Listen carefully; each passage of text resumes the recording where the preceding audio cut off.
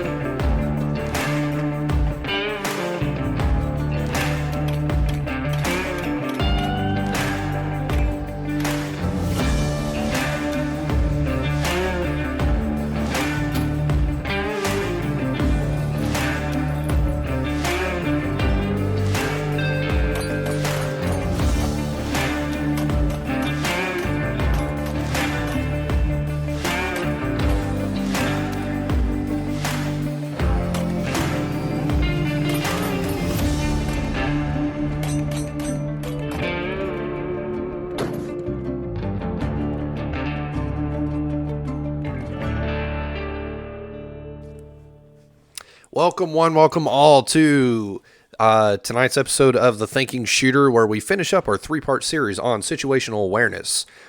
I recommend, if you have not watched the first or second situational awareness, go watch that before watching this. Watch them in order, 1, 2, and then this one, 3.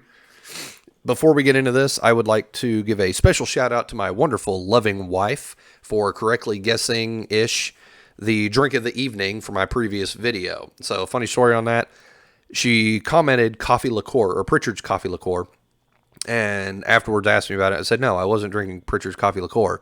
And she went and got the bottle and was like, this is what you were drinking. And I said, yes, that is what I was drinking. And she was like, yeah, it's Sweet Lucy's coffee liqueur. I said, no, it's Pritchard Sweet Lucy. It's bourbon cream liqueur. She's like, yeah, but that's what you were drinking. And that, like, I went and got the bottle. I said, okay, yes, you did know exactly what I was drinking. You just called it the wrong thing. So here's your shout out, babe. I love you.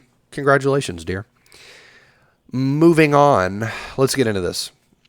What are we talking about tonight? We're going to talk about mental exhaustion and how to improve your situational awareness. So mental exhaustion, it is very important to understand mental exhaustion because it's something that really affects your ability to be attentive.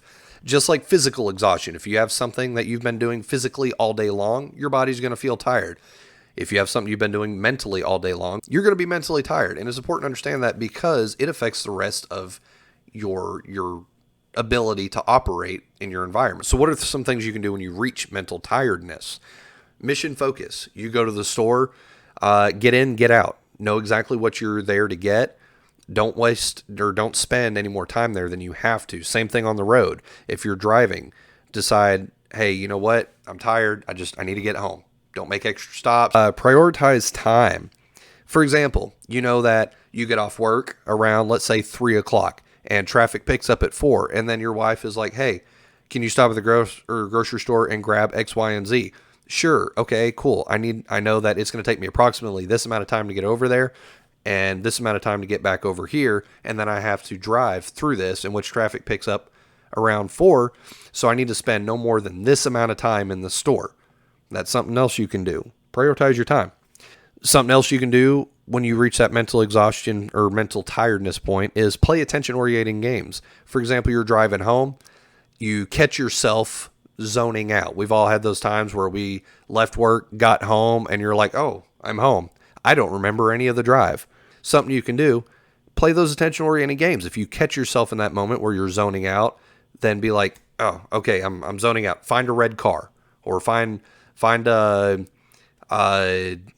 motorcycle and start looking. And what it does is it helps you re-engage your mind to start being attentive.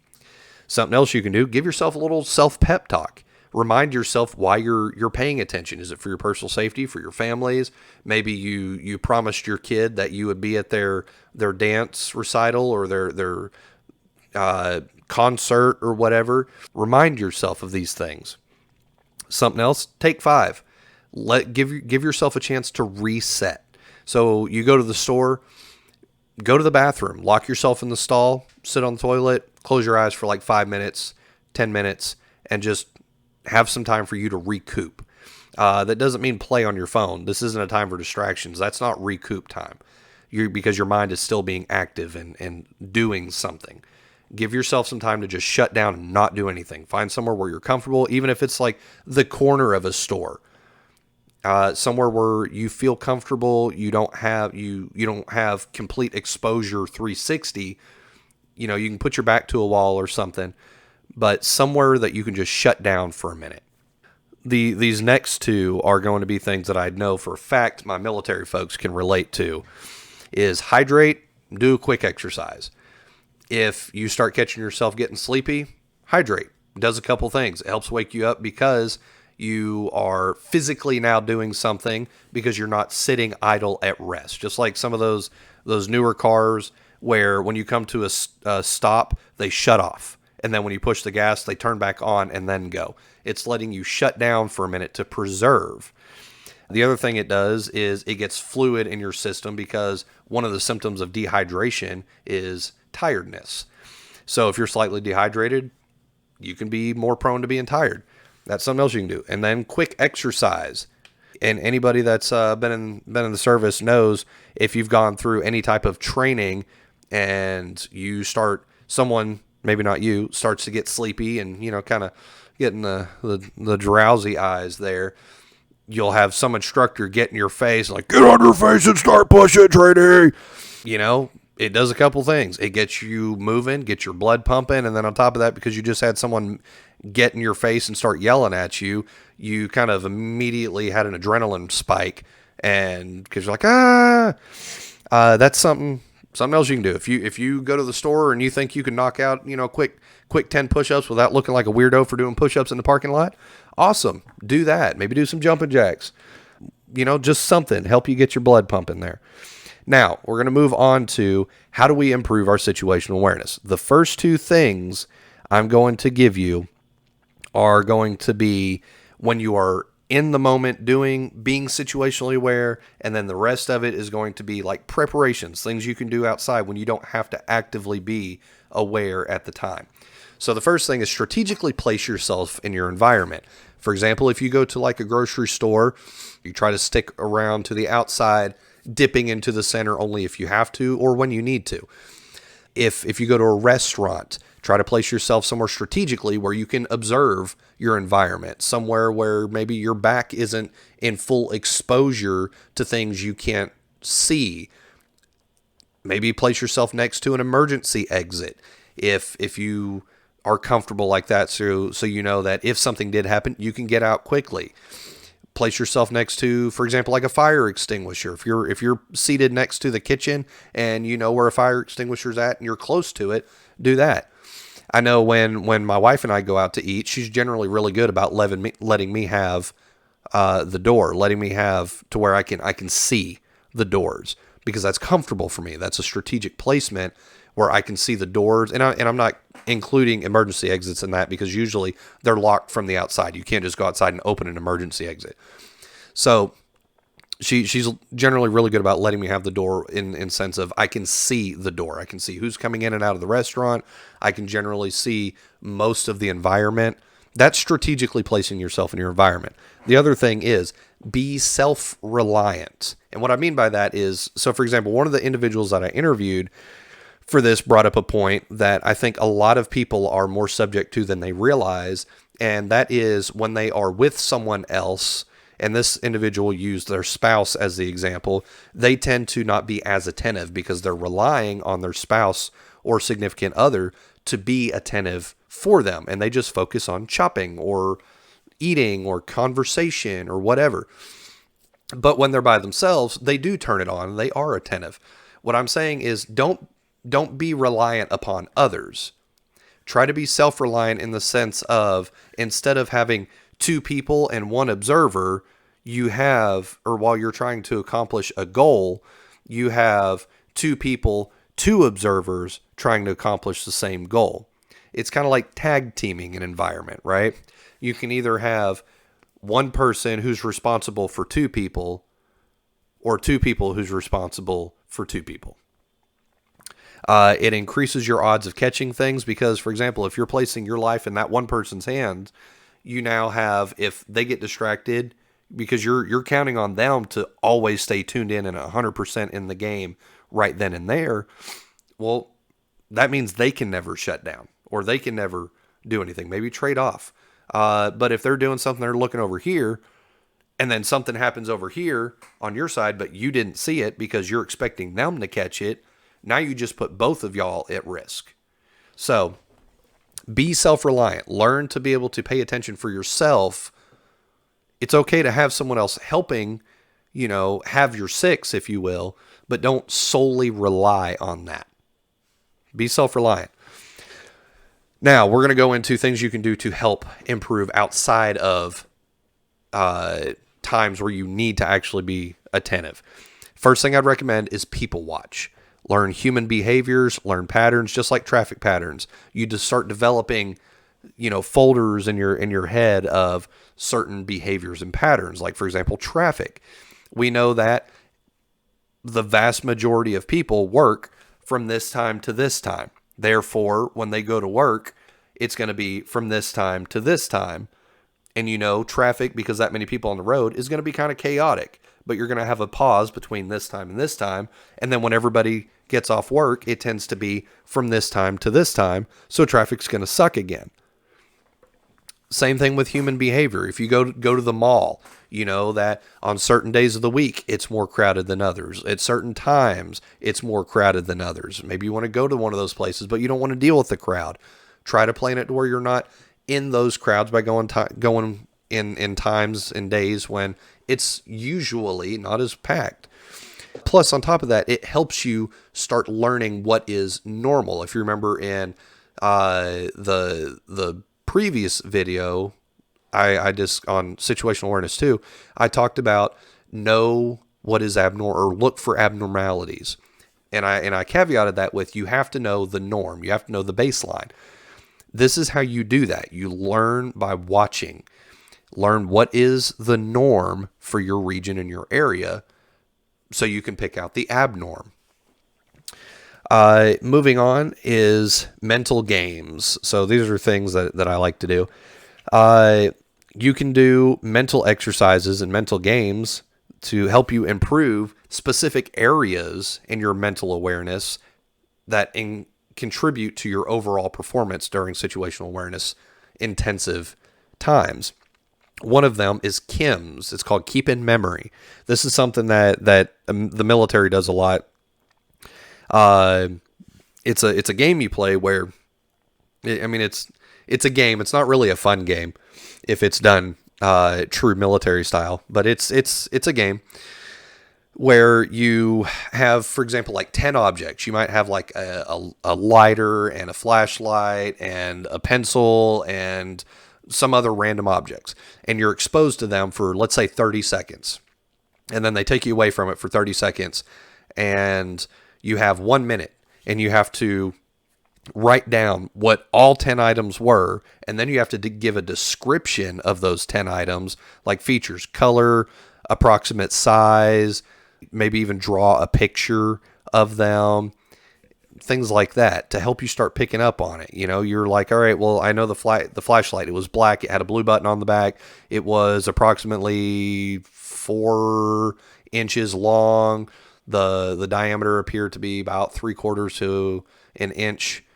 And then it had a bezel on it, or the head of it had the bezel, and it was 1.25 inches in diameter.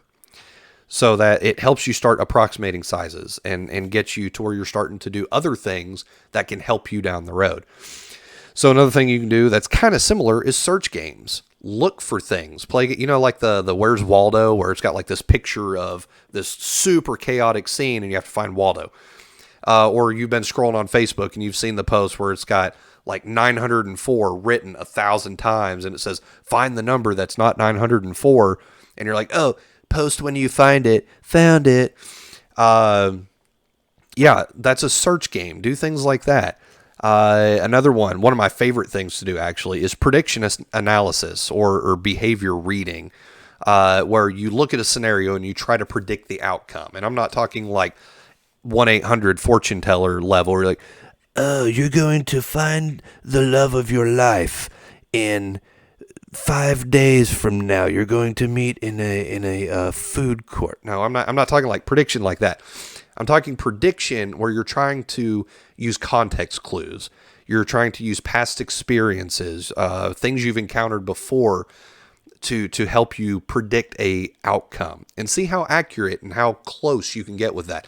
I personally like doing this, not just out in public, but for example, movies. I love to watch movies and see if I can guess correctly the outcome of where things are going to go based off of other movies I've seen. Does it have a similar plot line? To see not only if I can get the plot, but if I can get the details on the plot. Because we all know you have typical chick flicks, right? They're all the exact same story. They just go about it different ways. So I like to say, you know, any movie I watch, okay, it's going to be this, and then this is what's going to happen. And usually I'm right on the overall plot. Now, I like to try to get into the details, too, to see if, oh, well, this person is going to do this, which is going to cause this. That's what I'm getting at. Try to use that prediction analysis to see if you can, how well you can get at reading behaviors, reading scenarios, reading certain things. And then something else you can do that really helps is guesstimate sizes, or guesstimation. Guesstimate sizes, time, temp, distance, even things like nationalities if you encounter other people. Like, for example, I was just using that flashlight because I've got one right up here. I don't know the exact dimensions, but I'm speculating on it. That I know right now without looking at a time reference, I know it's about 5:45. Oh, I was off by 20 minutes. It's 6. But I know that, you know, about what time it was. Temperature, I know right now based off of we went to town earlier. It was in the 70s. I know inside the house, I generally keep it around 69, but it was kind of warmer, so I know it's probably around 71 or 72 in the house right now. Based off of just feeling, by temp, by what I perceive. This is where you need to get exposure to different temperatures. Distances, by just looking at something, approximately how far away is it? And then research stuff. Research. Do look at case studies for certain things. So if one of the things you want to try to help yourself with is understanding and avoiding crime, then if that's why you're partly doing this, you want to protect yourself and your families, well, look at crime statistics, look at case studies on crime, look at, you know, what places are more apt to be robbed, what times of days are they more apt to be robbed, what days of the week, what regions, what areas in your state or your city or your, you know, generalized area, what is the primary source of weapon used when they are being robbed, you know, things like that. That can help you in your understanding, because then you start looking for those things in particular at those times in those areas. That's something else you can do that can help keep you safe. And then lastly, we're going to talk about just your general, you know, eat healthy. It helps your mind stay alert. You know, exercise, again, helps your mind and your body stay alert. And when you exercise, the more you do it, the longer you can do it. Therefore, the longer you can maintain. And I'm not talking about just physical exercise, but mental exercises, like we talked about earlier. The better you are at them, the longer you can do them. It helps you stay mentally tuned in longer. Stay hydrated. Again, this is something else. Remember earlier I'd mentioned dehydration. If you're dehydrated, mental tiredness is one of the symptoms of dehydration. And then lastly is rest. Rest is extremely important because it helps your mind shut down and relax and reset. If you're one of those people that has a hard time shutting down, you need to find how you can turn it off. Learn how to turn it off and learn how to turn it on, because you don't need to stay amped up or dialed in 24/7. That's not healthy. It's not good for you mentally. And then also, if you don't have to worry about it, then don't. That goes into the learn how to turn it off. If it's not your problem, then don't worry about it. If it's something that bothered you, you know, okay, be mad about it for a minute. But if you sit down and think about it and you're like, really, it doesn't, it's not something that I have to worry. It's not my problem. Then let it go. Learn how to move past it. Learn how to let it go. And don't worry about it. It's not your problem. learn how to turn off at the end of the day, and rest. Get the rest. It's important for your mental health and for your overall health, actually. Just learn how to rest. Let it go and turn it off. Regardless of all this, I hope all of this made sense. This concludes our situational awareness series. Again, I hope it made sense. I hope you learned some stuff through it. Please make sure you like, comment, do all the standard YouTube stuff, share it, whatnot. Again, it makes sense to me in presenting it to you. I hope it makes sense to you. Google it. Continue learning about it. I encourage you, don't just take my word for it. Continue to learn. Always be expanding your knowledge and what you know. And if anything doesn't make sense, then make it make sense. Hey guys, just want to say thank you so much for watching this episode of The Thinking Shooter. If you like the video, like the content, make sure you hit that like button, hit that notification bell, and hit that subscribe button. Please share it with anyone that you think might learn from it or might enjoy it. If there's any feedback that you'd like to give, anything you'd like to see in the future, please leave a comment down below. Even if there's not, please leave a comment anyway, as it helps the algorithm for helping this pop up on the search bar. Until next time, guys, stay tuned for more content.